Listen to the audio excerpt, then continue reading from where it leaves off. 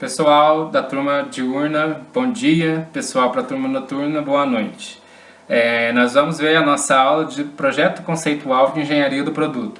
Primeiramente, eu queria me desculpar se o áudio não estiver muito bom, é porque eu não consegui encontrar o microfone a tempo antes das lojas fecharem, mas é o que tem para hoje, né?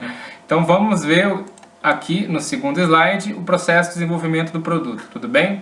Então, só para a gente relembrar um pouco tudo que a gente viu até então. A gente tem 3 macrofases: o pré, o desenvolvimento e o pós-desenvolvimento, né?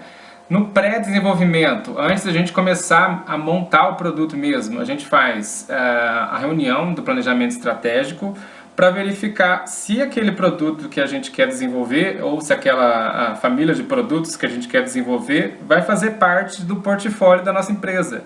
Né, se faz parte do escopo de produtos que a gente já tem e não vai ser um produto totalmente diferente, alheio, fora da missão da empresa. Né? Logo em seguida nós temos aqui na fase do planejamento do projeto, onde nós vamos planejar como é que vai ser todo o nosso projeto de desenvolvimento.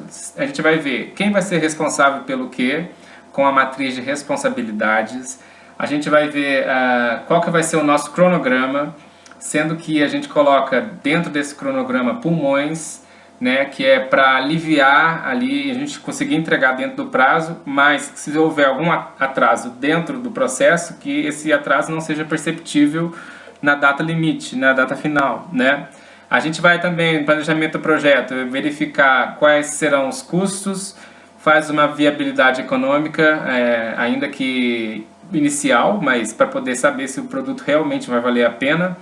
E a gente também vê os riscos, né? Então a gente viu exatamente isso na dinâmica do castelo de cartas, que houve ali inesperadamente um risco de a gente só poder utilizar um tipo de cartas, né?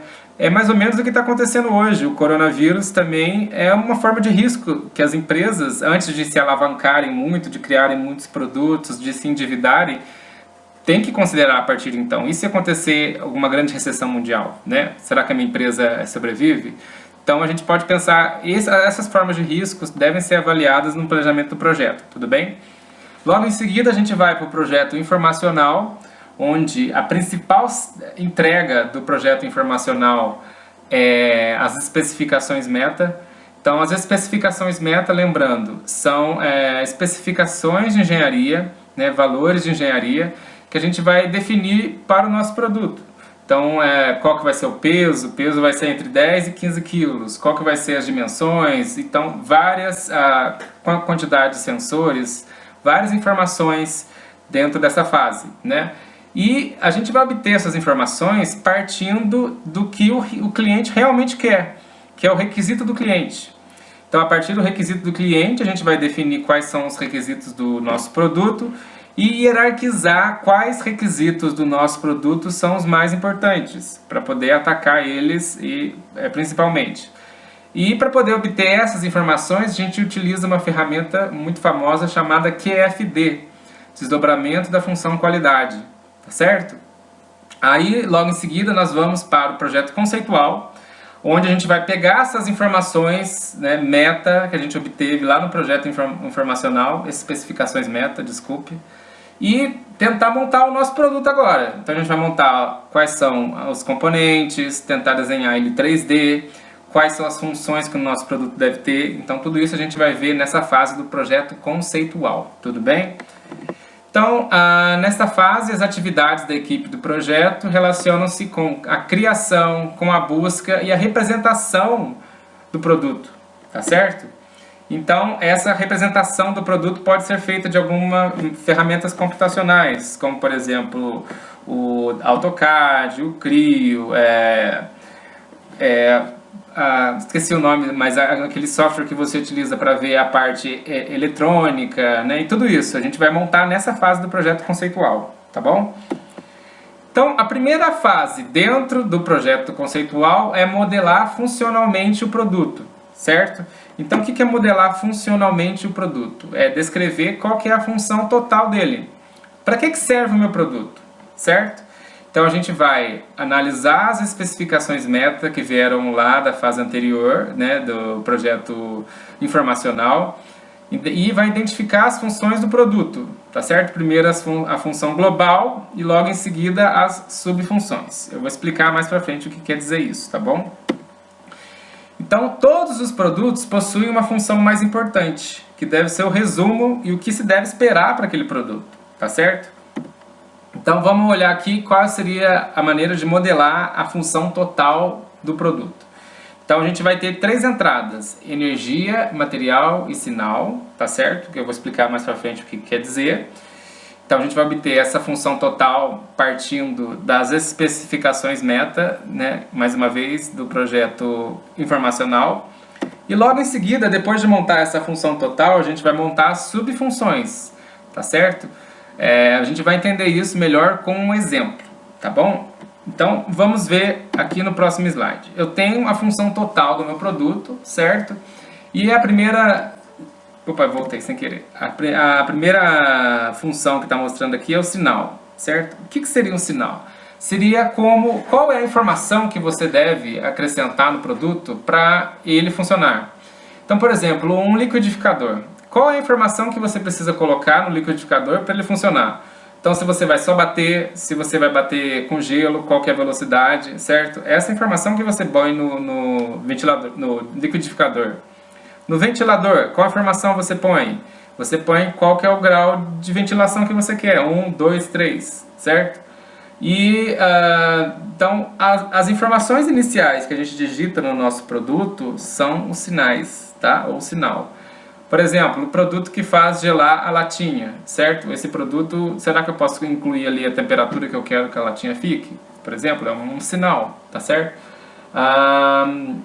Enfim, tem vários outros produtos que a gente pode digitar alguma coisa inicialmente. Eu vou mostrar depois mais um exemplo do sinal. Logo em seguida é o material. Material é o que realmente vai precisar entrar no produto para ele funcionar. Então, por exemplo, um liquidificador precisa colocar leite ou gelo, precisa colocar alguma coisa lá dentro para ele funcionar, certo? Na máquina de lavar, roupa, amaciante, água, tudo bem? E por aí vai. Então, o material vai ser qualquer coisa que possui propriedades de forma, massa, condições que podem vir misturados, separados ou mudados quimicamente, que precisam ser inseridos no produto para que ele funcione, tá bom? E logo em seguida, a gente tem a energia. O que é a energia? Como é que o meu produto vai se mover? Vai ser a energia elétrica, a energia cinética, certo? A energia a vapor, tudo bem? E essa mesma forma que essa energia e esse material e esse sinal entram, essa energia, esse material e sinal podem sair. Então, por exemplo, se o meu produto entra energia em forma de energia elétrica, pode ser que saia em forma de energia sonora, né? Ou calor, tudo bem? Então, a gente tem que colocar geralmente a entrada e a saída, tá? Vamos ver aqui mais um exemplo para vocês entenderem todas as funções dessa função total: energia, material e sinal. Vamos ver o exemplo de uma máquina de lavar, certo? Uma máquina de lavar, a gente pode identificar aqui no painel o sinal que a gente quer colocar. Então, por exemplo, que tipo de lavagem você quer? Qual que é a quantidade de água que você quer? 1, 2, 3 ou 4, certo? É roupas brancas, é roupas muito sujas, é cobertores. Então, essa informação que a gente coloca no produto é o sinal, tá? E por que ele é importante ser colocado aqui, ó, em sinal? Grau de lavagem que eu coloquei, só para dar um exemplo, tá? Mas poderia ser tudo isso. Todas essas coisas que eu citei anteriormente, nível de água, qual que é o tipo de roupa, qual que é a cor da roupa, seriam sinais, informações para a minha lavagem, tá bom? Por quê? Porque depois eu vou ter que desenvolver um produto que de fato saiba diferenciar, né, entre um sinal e outro. Então, por exemplo, como é que a máquina vai identificar que ela tem água até a metade? Que sensor vai ter lá dentro, que componente vai ter lá dentro para identificar isso? Que componente vai ter lá dentro para identificar que que a rotação com roupas brancas deve ser diferente da rotação de cobertores, toalhas, por exemplo, tá certo? Então, essa modelagem funcional ajuda a gente a descrever os componentes do produto. Logo em seguida, eu tenho aqui uma setinha preta, são os materiais que entram na máquina de lavar roupas, tá? Então aqui é a função principal, lavar roupas, certo? Aqui é o sinal E aqui é o material que entra na máquina de lavar roupa para ela funcionar. Sabão, roupas sujas e água limpa, tudo bem? E eu também posso colocar a saída aqui, ó, para depois que termina a lavagem, vai sair roupa limpa e água suja, tudo bem?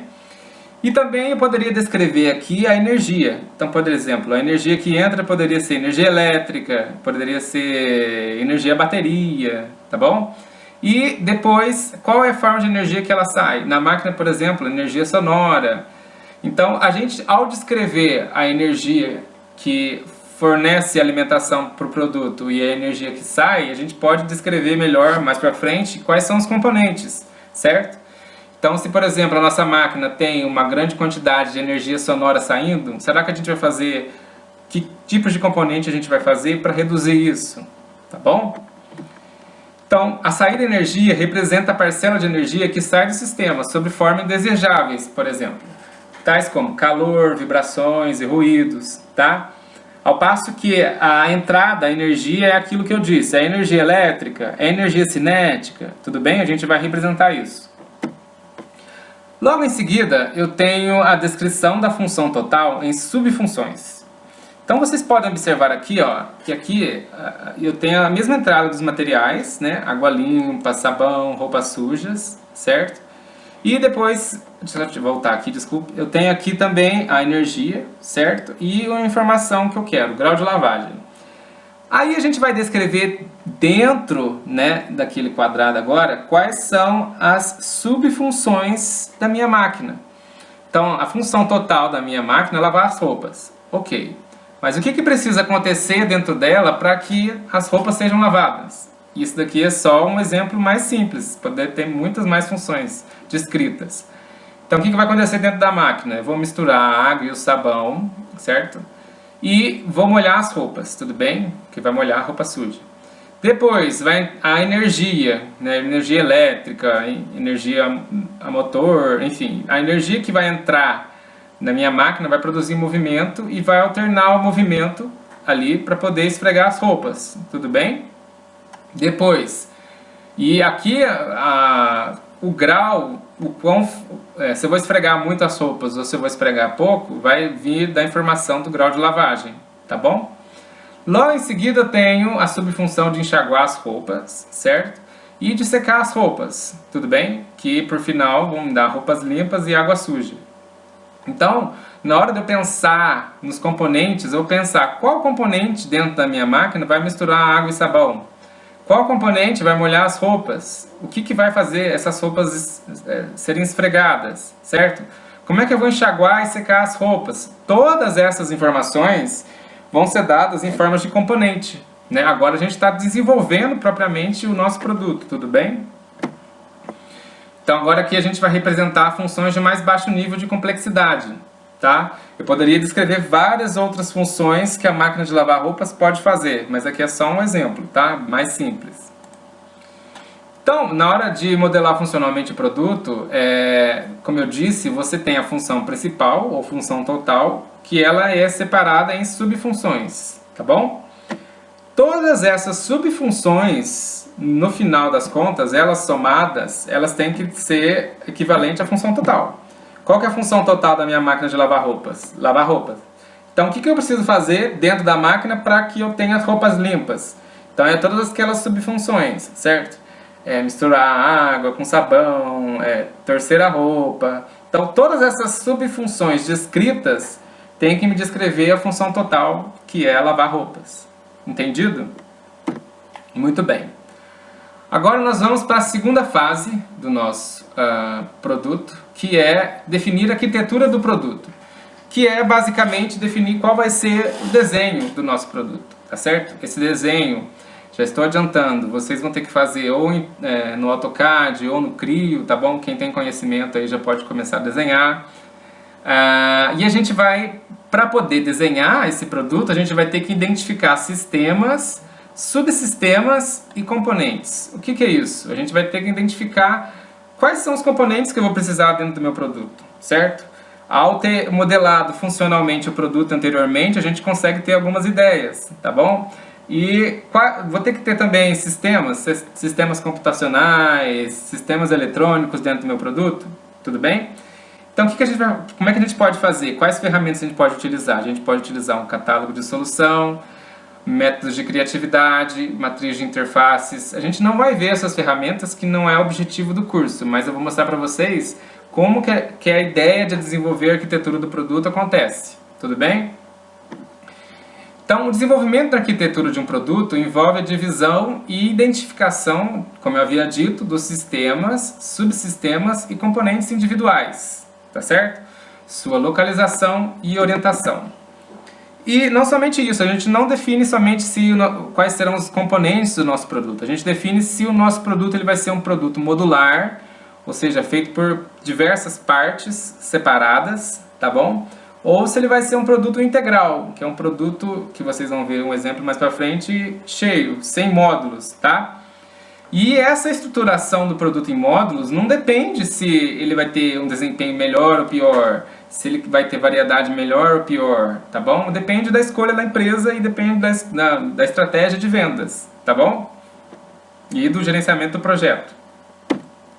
Então, olha, tem dois tipos de produtos. Um produto modular, ou seja, ele tem vários módulos. Olha, eu tenho aqui um computador que ele não é integral, tá? Eu tenho um módulo que tem a parte do teclado, um módulo que tem a parte da impressora, tudo bem? Então, no produto modular, cada módulo desempenha uma ou algumas funções, tá certo? Não há compartilhamento de funções entre os módulos, ou seja, aqui vai ser só a impressora, aqui vai ser só o teclado, aqui vai ser só a tela, tá bom? A vantagem do produto modular é que se houver um problema em alguma dessas partes, você pode trocar depois. Então, se houver um problema no teclado, você pode trocar. Se houver um problema na impressora, você pode trocar depois.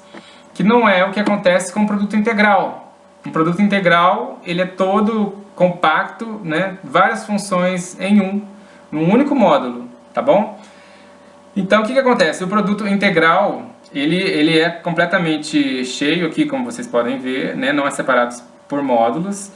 E o que acontece? Quando eu tenho algum problema nesse produto integral, geralmente eu tenho que desmontar o produto inteiro. Não posso tirar somente o módulo, como aqui, ó, só o teclado ou só a impressora, tudo bem? Então, faz parte da estratégia da empresa definir, vai ser um produto modular ou vai ser um produto integral que eu quero fazer, tudo bem? E qual que é a vantagem da modularidade? Muitas vezes a gente não enxerga a modularidade nos produtos, né? Pode ser que eu tenha um produto compacto, como por exemplo um carro, mas que dentro dele há vários módulos, tá? O que quer dizer isso? Então, dentro de um mesmo carro, por exemplo, eu tenho várias peças de outros carros. Então, geralmente o carro da mesma marca, por exemplo, se vocês forem observar, o interior dele é quase parecido, apesar de que o design exterior pode ser diferente. Porque a maioria das empresas, elas utilizam, né, vários módulos, ou seja, várias partes já prontas, né, de outros modelos de carro e que fazem com que a produção desse carro seja mais rápida, tá certo? Quais seriam as outras vantagens de um sistema modular? Então, lembrando, o sistema modular é aquele que utiliza peças que são utilizadas em outros produtos, tá certo? Quais seriam as vantagens? Antes disso, desculpa, quais são os tipos de modularidade? Então, eu tenho o primeiro tipo de modularidade, que é aquela que consiste em permutar componentes. Ou seja, eu tenho o mesmo produto, mas eu posso mudar os componentes dele. Então, por exemplo, joystick. Você tem um videogame. Você pode ter um joystick para jogar jogos de corrida. Você pode ter um joystick para jogar jogos de aviação, tá certo? Você pode ter um joystick para jogar jogos comuns. Então você pode permutar componentes. Tudo bem? Esse é o primeiro. O segundo tipo seria modularidade em compartilhar componentes. Então, por exemplo, os computadores. Os computadores, em sua grande maioria, utilizam processadores parecidos, que é o dual core, não sei que, quantas gigas, né? Ou outro módulo que é muito comum também é o Android, né? Então, o sistema operacional do Android é utilizado nos celulares da Samsung, nos celulares da Xiaomi, nos celulares da Nokia, em vários produtos diferentes. Então, o mesmo componente, né, no caso, por exemplo, o mesmo componente, ele pode ser usado em vários tipos de produtos. Tudo bem? Existe a outra modularidade, que é a modularidade para você adaptar um produto para ele ser diferente. Então, para ele poder aumentar o tamanho, para ele poder aumentar o diâmetro, tá bom? Então, isso daí chama-se modularidade em adaptar para a variedade, tá certo? E tem mais um, que é através de barramentos, tudo bem? Que é um produto muito comum em computadores, tá? Que o mesmo computador pode ter um ou mais módulos diferentes dentro dele, tá? Esse tipo de modularidade não é muito comum, tudo bem? Então agora voltando, quais seriam as vantagens dos projetos modulares, né? Uma das primeiras vantagens que a gente pode saber é que há maior padronização entre os produtos. Como eu disse para vocês, um carro feito na Fiat pode ser um carro desse ano, no carro do ano passado, de um outro modelo, você vai enxergar lá dentro mais ou menos os mesmos componentes, tá certo? Então essa maior padronização faz com que você produza o produto mais rápido, tá certo? O que acontece? Essa maior padronização faz com que você já possa utilizar peças que já foram testadas. Você não precisa criar uma peça nova para cada carro e testar aquela peça, entendeu? Você já pode fazer uma vez só e utilizar isso para vários carros diferentes, para várias famílias de produtos diferentes, tá bom? Outra vantagem também que você pode ter uma redução no número total de componentes, tá certo? Dentro da empresa. Imagine se para cada carro diferente da minha empresa eu tivesse que utilizar um componente diferente. Imagina a quantidade de componentes que estaria no supermercado da empresa, entendeu? Então isso ajuda a reduzir a quantidade de estoque também, tá certo? Também acontece a simplificação da aplicação de mudanças ao longo do ciclo de vida do produto. Então você já sabe que tal peça, em tal, sei lá, 10 mil horas de uso, ela vai ter algum problema, é preciso fazer a manutenção preventiva. Então você já vai ter mais ou menos a ideia de quanto tempo vai precisar para fazer aquilo, tá certo? Já pode falar para o consumidor também, que muitas vezes não acontece quando você tem um produto totalmente inovador. Um produto totalmente inovador, você não tem certeza de quando vai precisar fazer uma manutenção preventiva, de quando pode haver uma quebra, entendeu? Então tudo isso é uma vantagem também da modularização, tá certo? E você também tem uma maior flexibilidade para adaptar às exigências do mercado. Se o mercado quer um carro por dentro espaçoso como alguns carros de alguma marca, mas por fora um pouco diferente, então você pode fazer isso de uma maneira super rápida, entendeu? Então é muito comum você fazer essa flexibilização dos produtos, né? Customização dos produtos mais facilmente, tudo bem? Por fim, quais seriam as desvantagens desses projetos modulares? A desvantagem principal do projeto modular é a cópia do produto, tá bom? Por quê? Porque se você tiver um produto que você já conhece os componentes dele e depois lança-se um novo produto, por exemplo, um novo Rolls Royce, aqui como a gente vê, certo? E esse novo Rolls Royce é muito parecido com o anterior, só tem algumas modificações, o que acontece? Acontece a cópia. Vou citar um exemplo, por exemplo. A Xiaomi, ou Xiaomi, né, que é um celular chinês, que é muito famoso hoje em dia, porque é muito barato, tem uma câmera muito boa. O que acontece? A Xiaomi sempre via que de um celular da Apple, né, e da Samsung, por exemplo, para o outro, sempre repetia os mesmos componentes. Então o que ela fez? Ela repetiu os mesmos componentes, certo? E modificou o celular para o que ela achava melhor. Então, quando você tem muitos componentes dentro do seu produto similares com outros produtos antigos, é muito mais fácil a cópia, tá bom? Então, como eu disse, é nessa fase que a gente vai definir a arquitetura do produto, que a gente vai tentar fazer um desenho técnico, tá? O desenho técnico que vocês vão precisar fazer não precisa ser com todas as medidas aí bonitinho, pode ser só o desenho por cima, tá bom? Mas é no desenho técnico que a gente vai fazer uma representação gráfica do nosso produto. Sem um desenho técnico, o produto não passa de uma ideia. Com um desenho técnico, o produto passa a se tornar realidade, né? Então a gente vai ver quais serão os tamanhos dos diâmetros, qual que vai ser a geometria, tá certo? Lembrando sempre quais são os componentes que a gente vai precisar, certo? Lembrando lá atrás qual eram as funções que nós tínhamos, a função total, as subfunções, como é que o meu produto, ao desenhar o meu produto, eu vou ter essas funções e subfunções atendidas, tudo bem? Então, o objetivo do desenho técnico é transmitir com exatidão todas as características do produto, tá certo? Muito bem. Então, nessa terceira fase do projeto conceitual, a gente vai também ver, os sistemas, subsistemas e componentes, tá bom?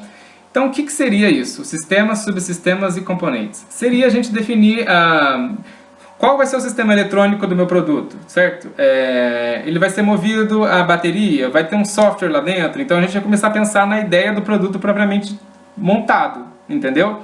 Então a gente vai definir os parâmetros principais, tá certo? Forma, material, dimensão, tá bom? Agora, de verdade, porque anteriormente a gente tinha as especificações meta que davam uma ideia pra gente de mais ou menos como seriam os valores de engenharia. Agora a gente vai definir de verdade como é que vai ser a forma, né, com o desenho técnico, quais serão os materiais, dimensões e capacidades do meu produto, tudo bem?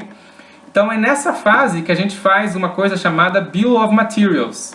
Ou seja, dividir o nosso produto em vários componentes, tá bom? Para saber o que a gente precisa produzir. Então, por exemplo, eu tenho aqui na minha bicicleta. Minha bicicleta tem vários componentes, o guidão, mesa, manete de freio, suspensão dianteira, pneu, enfim. Eu olho para o meu produto e vejo quais são os meus componentes, tá certo? Quais os componentes que eu vou precisar depois de montar o desenho no AutoCAD ou no Creo, tá bom? Então, a tarefa de vocês para essa semana vai ser o seguinte: vocês vão reunir o pessoal do grupo de vocês e vão fazer para mim aquilo que eu tinha feito lá atrás, que é qual é a função total do seu produto. Então você vai colocar qual é o sinal, ou seja, você precisa digitar alguma coisa no seu produto para que ele funcione, certo? Por exemplo, aquele produto que gela a latinha, qual temperatura você vai colocar, certo? A máquina de cozinhar lá, qual é a temperatura que você quer que cozinhe um arroz, por exemplo, tá bom? Se for o produto dessa maneira, tá certo? Então a gente vai colocar qual é o sinal, a gente vai colocar qual é o material que precisa entrar, certo? Como por exemplo eu disse, na máquina de lavar roupa precisa entrar as roupas sujas, o amaciante, o sabão, tudo bem? E logo em seguida a gente também vai fazer qual que é a energia, certo? Qual que é a energia utilizada no meu produto, tudo bem? Só relembrando aqui, eu vou voltar lá atrás. Então eu quero que vocês me façam isso daqui, tá certo? Façam isso daqui para mim do produto de vocês.